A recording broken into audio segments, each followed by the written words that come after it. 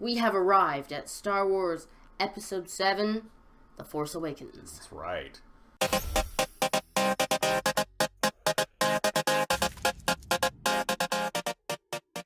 Hello guys, I'm Winter Lava. And as always, I am Spritz Bammy. And we have returned to Star Wars Episode VII, which is directed by J.J. Abrams. And this is the new era of Star Wars, and now this is our last review leading up to The Last Jedi, which actually is this month's. We're a month late with this review, so sorry.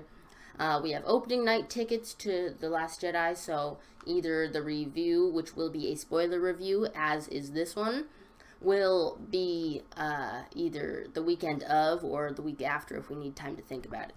So let's get into this. So let's talk about our first viewing of the movie. We went to opening night, and upon leaving this movie, I did not like it.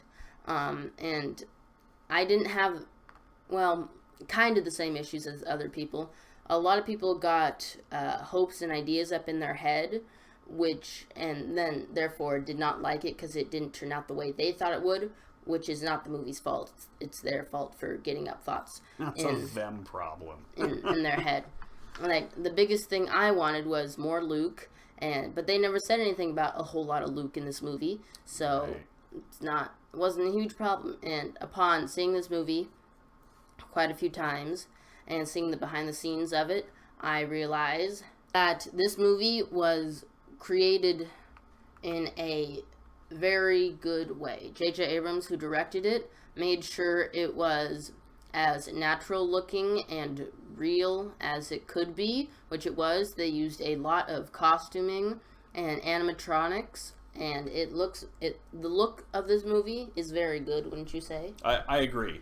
One of my big things about the first movies were how kind of real a sci-fi setting that they made, and I think he recaptured that admirably in this movie. Mm-hmm. But the similarities to it, they say that this movie is basically Episode 4. You don't really need to watch it because it's Episode 4, which is not true. But if you strayed too much away from the formula, people wouldn't like it. So he knew that he had to be close to the original formula just to be safe, then can go forward in the next one. And he did well. So this one is still in the Skywalker era, but is following our main character, which is Rey, played by Daisy Ridley, and our new First Order stray away realizes... Yeah, he kind of defected. Yeah. His name is Finn, played by John Boyega, and he leaves, and we have our new desert planet, Jakku, which is basically Tatooine, but hey, there's multiple desert planets in the galaxy, so why would Tatooine be the only desert planet in the galaxy? Mm-hmm. Okay. Those two, therefore, steal a Falcon, which has been stolen, whole lot of stuff there. We end up with Chewie and Han, and then we've already met the greatest pilot in the galaxy, which is Poe Dameron, and let's quickly talk about him there. So, we thought he was dead, but off-screen, he did not want to be dead in the movie, so they brought him back. And that part did feel a little rushed when Finn and Poe reunite back at Yavin 4 at the Resistance base. He just said, woke up, there was no you, no anything, and then that's it. So I feel like that part was kind of rushed, bringing him back. But the rest of the characters were developed very, very well. The new ones and the old kept their story going. Well, and yeah, that was what I remember was they originally were going to kill Poe, and that was it. But there was some pushback from various sources because of that. So they said, okay, let's go ahead and get him back in here, which means they'd already shot that scene and everything. They couldn't. I mean, I'm not sure how they could have done it any differently at that point. So, but yeah, I liked him too. I'm glad they brought him back. That was a good move on that part. And that's what happens with movies sometimes. Sometimes you change gears, and once you see how it kind of goes down when you're actually shooting the film.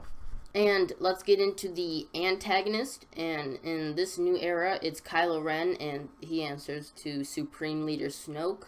Now, right off the bat, in this movie, we learn more about Kylo Ren as the villain than we do Darth Vader in almost the entire original trilogy. So therefore, that points out more better characterization. Mo better. And now, obviously, he has a cracked kyber crystal in his lightsaber. That's why it splits like that, and it also feels more like a knight. And he's the best knight of Ren. He's part of the Knights of Ren, and played by Adam Driver. I think he is cool looking, and for the whole movie, he felt menacing until he took his mask off. He felt more human, and we find out that he is Han Solo's son. So that brings emotion into it. So it's like, he's so cool as a bad guy, you want him to be bad, but then he's like, he has to go through all this family drama. Now you really feel for him, and you want him to be good, but then you also want him to be bad, so there's conflict there, and we'll find out in the new movie what he decides to do.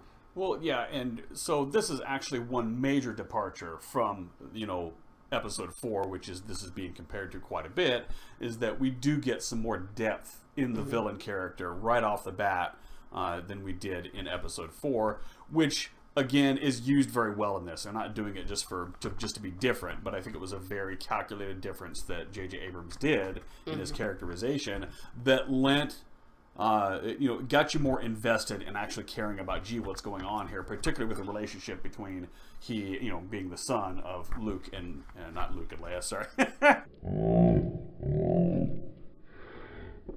That would be kind of weird. The son of Han and Leia. So definitely a difference. I think at this point, very good. Yes, he loses some of his menace when you take the helmet off. Maybe that was done a little too early, but again, it was kind of necessary to illustrate that relationship that he had with his father and mother. Yeah. I feel every part in this movie is acted well. I feel like characters that were underutilized, and like specifically Captain Phasma, she's cool. People thought there would be more of her, but honestly, you need to introduce the new characters, but keep the old. And they cycled out Han Solo, which was good, and then which will make room for more Luke in the next one. Any characters underutilized for you? Well, I perhaps underutilized, but remember we have 2 more movies to go through. I predict that Captain Phasma and Finn will have some sort of tete-a-tete, right? Well, there's a battle, if you saw the trailer. Some different, I haven't seen the trailers, so I'm not talking about that. I'm just saying, from watching this movie, I think that there has to be something, right, that was kind of purposely left undone, because it's too big an actress, I forget her name. She's in Game of Thrones. But she was in Game of Thrones. Too big an actress to just be someone with a helmet on. Yeah. Right, that never takes the helmet off. So I think there's more in store definitely for that.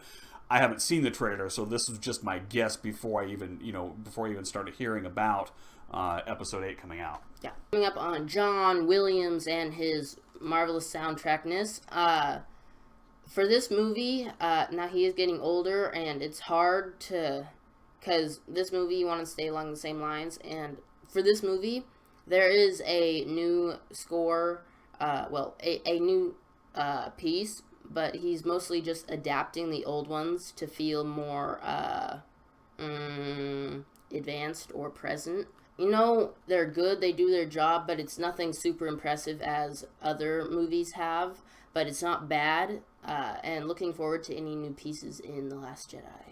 Well, I think the music is very Star Warsy. That's, and getting John Williams to do it is not a bad move at all. Again, we've already discussed that J.J. Abrams was really going for some familiarity, which I'll talk about a little bit later in this review on my, kind of myself. I've got some more elaboration on that. But yeah, it was very familiar music. Of course, it was very well done. John Williams is still very good at what he does, even if he is getting older. I'm sure he has a couple of lackeys that do stuff for him, right?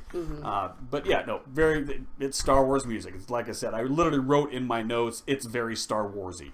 Special effects, once again, they do the most on-set work and puppetry and costuming as they can. Of course, there is CGI, such as the TIE fighters and whatnot, and it looks very real. The only character that, like, is 100% CGI is Maz Kanata. But they have the voice actress actually there and on her knees and dressed in the thing, dots for CGI. Like, she's CGI, but it's definitely not bad. Well, we can see the advancements in CGI since Lucas did those prequel movies. But not only just the advancements, but the art style they used was certainly intended to be reminiscent of the original Star Wars look. The prequel movies had a lot of slick-looking, smooth lines. I've often said that the prequel movies didn't really feel like Star Wars movies at all, and part of it was the CG and the way the design of the CG, the art direction of that movie. This movie here, the art direction, was very reminiscent of the original movies, and I think, again, a calculated decision, and in the end, a good one, despite some people not really liking it. See. I used a $64 word in my notes, verisimilitude. So this whole CGI mix with live action and animatronics and stuff like that just gave it that realness and that gravitas. It really felt it has texture to it. Again, they were really trying to recreate what Lucas got right in the first movies, and I think they nailed it. Huh. So my overall impression of this movie is nostalgia. The biggest complaint about this movie is, to me, also its biggest strength. Because after those, in my opinion, terrible prequel movies, where Lucas literally lost sight of the world he created, and because he had so much control, turned it into something that just wasn't compelling anymore, because of his predilection with using computer graphics for almost everything. I think it was a big part of it.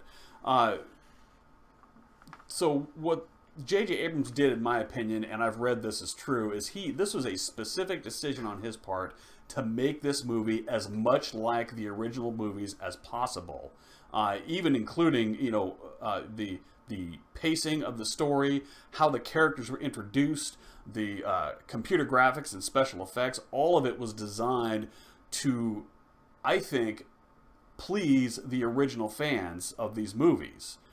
And I think he did that because he knew he had to get that done first. Now he's got that, that trust in fans, in the older fans, particularly like me. Now he's going to have a little freedom to start breaking off a little bit and doing something, but still remain true to it. But yes, is this very similar to Episode 4? Is it simply a retelling of Episode 4? In a lot of ways, I think that's right. I will maintain, though, it was the right thing to do in order to get people to feel, okay, this is in good hands. I can watch this. I can believe it's Star Wars and really enjoy it as Star Wars. So, again, I will conclude by... So my basic conclusion of this movie is nostalgia. He really preyed on our feelings of nostalgia, but he did it very skillfully and very well. Because it was so well done, you kind of forget that it was pretty in your face. Yeah, this is just like Episode 4 kind of thing. New Jedi, things like that. Mm-hmm. A couple of niggling complaints I have. I hope we explore Finn's defection more, because it seemed, again, it almost seemed like, you say, bringing Poe back. It seemed like, to me, like it was like, oh, they just kind of did that in there so they could add a new character almost. And it didn't really... I have a little bit of question, is like, okay, he was programmed from a child to do this job.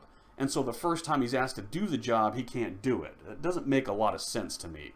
So the other niggling thing I have is Rey's Jedi powers were extremely powerful.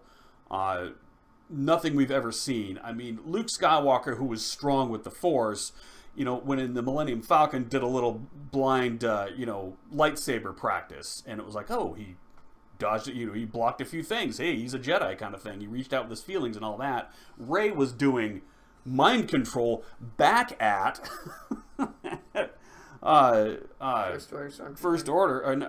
First Order Stormtrooper in the first place, but also not only that, but back at not only doing mind control or at least mind reading back at Kylo Ren, who was already some bad boy Knight of Ren. He was advanced in the Force. She's just a beginner. So in my mind, if they want to make that right, she's got to be like stupid powerful as it goes on. I mean, like more than anybody we've ever seen, more powerful than the Emperor, anybody like that, because her curve is just way up, and it didn't make as much sense to me. She had too much Jedi stuff at the beginning. So those are my couple of niggles on that, and that's kind of my thought. But nostalgia is certainly my theme.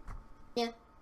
As for my final noting, I'll say that they do bring back 3PO and R2 for a small time. I think R2 will have a slightly bigger role in the new one. But for humor in this movie, it was mostly held back for sort of Han and 3PO in the original trilogy. Now they spread it out more, which is a sign of good scripting as well. They don't leave it to just 3PO, and it's very limited on 3PO. Also, it's spread to Chewie, Finn, and the humor is good in this movie. And quickly over to the droids, BB-8 and R2. BB-8 is he's cool. He's got lots of effects to him, so he's cool. Well, I don't know why I say he, because everybody, I guess, thinks them are he. They sound like a natural characterization. Yeah. But it could be a female-oriented droid for sure. Yeah. But I do feel like R2 was a little shoehorned in there, just a little bit, just because you needed someone to suddenly have it. I don't know. For the final battle with Rey and Kylo Ren, and Finn's in there too, the color scheme is very cool. It's dark and there's snow, and they've made the lightsabers more glowing in this, and I think it's a very cool final battle scene. And the destruction of Starkiller Base, it's fine. In Starkiller Base, I think Starkiller Base was more of a filler. I think it's sort of based off the Death Star, but more powerful, I guess. Bigger, drains the sun, can destroy multiple planets at once. But Starkiller Base, it's nothing super new or impressive, but it's fine. It's derivative like much of this movie, right? It's just really well done. So yeah, it's just basically a bigger Death Star is really all it is. I agree. Like what Han said. Yeah. And finally, before we give our grade, I will say that this movie, it closes, it does give a bit of a cliffhanger. It does enough to let you be like, okay, that was good, I guess I can wait, but not so much like Empire Strikes Back, where it's like, no, I want to finish this. So, it does a good cliffhanger. It's fine. I feel like it wrapped up sort of quickly just to get to the cliffhanger. Yeah, I think that's what I have to say upon that. Any final things? Well, in reply to what you said, it was designed to be part of a trilogy from the start, whereas the original Episode 4 movie, Lucas had no idea it was going to be that big, and he was going to be making 2 more of those movies. So it was literally very self-contained. Yeah. And of course, in this case, that is why it's different, because it's not originally designed to be a self-contained story. It's designed to be part of a trilogy, so it certainly makes sense, but that does make it a little bit different from Episode 4. So I'm going to give 2 grades, actually. One is my official review grade, but I have to give my Star Wars fan grade. I give this an A+ for a Star Wars fan grade, because it is as much Star Wars as any Star Wars movie ever made, including the original movies, way more than the prequel movies, which I was extremely disappointed in, and to this day I find painful to watch. But my reviewer grade is going to be a B+, because the critics, the people who criticize it for being derivative are correct. He did do that. Now, normally I would make that, that drop the grade down even more. But again, I understand this was very calculated on J.J. Abrams' part. He did this on purpose. and did it for a good reason, and it's going to stand the rest of the trilogy in good stead because he did it. So my official grade is a B+. Okay. I'm struggling with this one. Like, I'm struggling between the A- and B+ area. But at the end of the day, I do find myself enjoying it. And the technicalities are good if you're just going to go in and watch a movie. So, now, it is by no means my favorite Star Wars movie, and I do not have a Star Wars movie that I absolutely love, so maybe I hope the new one will be one that I truly love, but I enjoy quite a few of them. So I think I'm going to give Star Wars Episode VII, The Force Awakens, an A-. And therefore, that wraps up our 7 Star Wars reviews leading up to The Last Jedi. Now they have been late. You've been pretty darn busy. We're going to get on the Star Wars Battlefront 2 EA version campaign, and upon the Star Wars Battlefront 2 original campaign, and go forward with games from there. So look forward to more content coming out pretty soon, and The Last Jedi next week. So, with all that in mind, remember to leave likes, subscribe, comment, share, and our Instagram is linked in the description below. For most of you, you know that. And thank you for watching. My name's Winter Lava. And I'm Spritz Bammy. And I'm out of breath. Always believe in yourselves. May the Force be with you. Always. All Goodbye. Right. See you guys.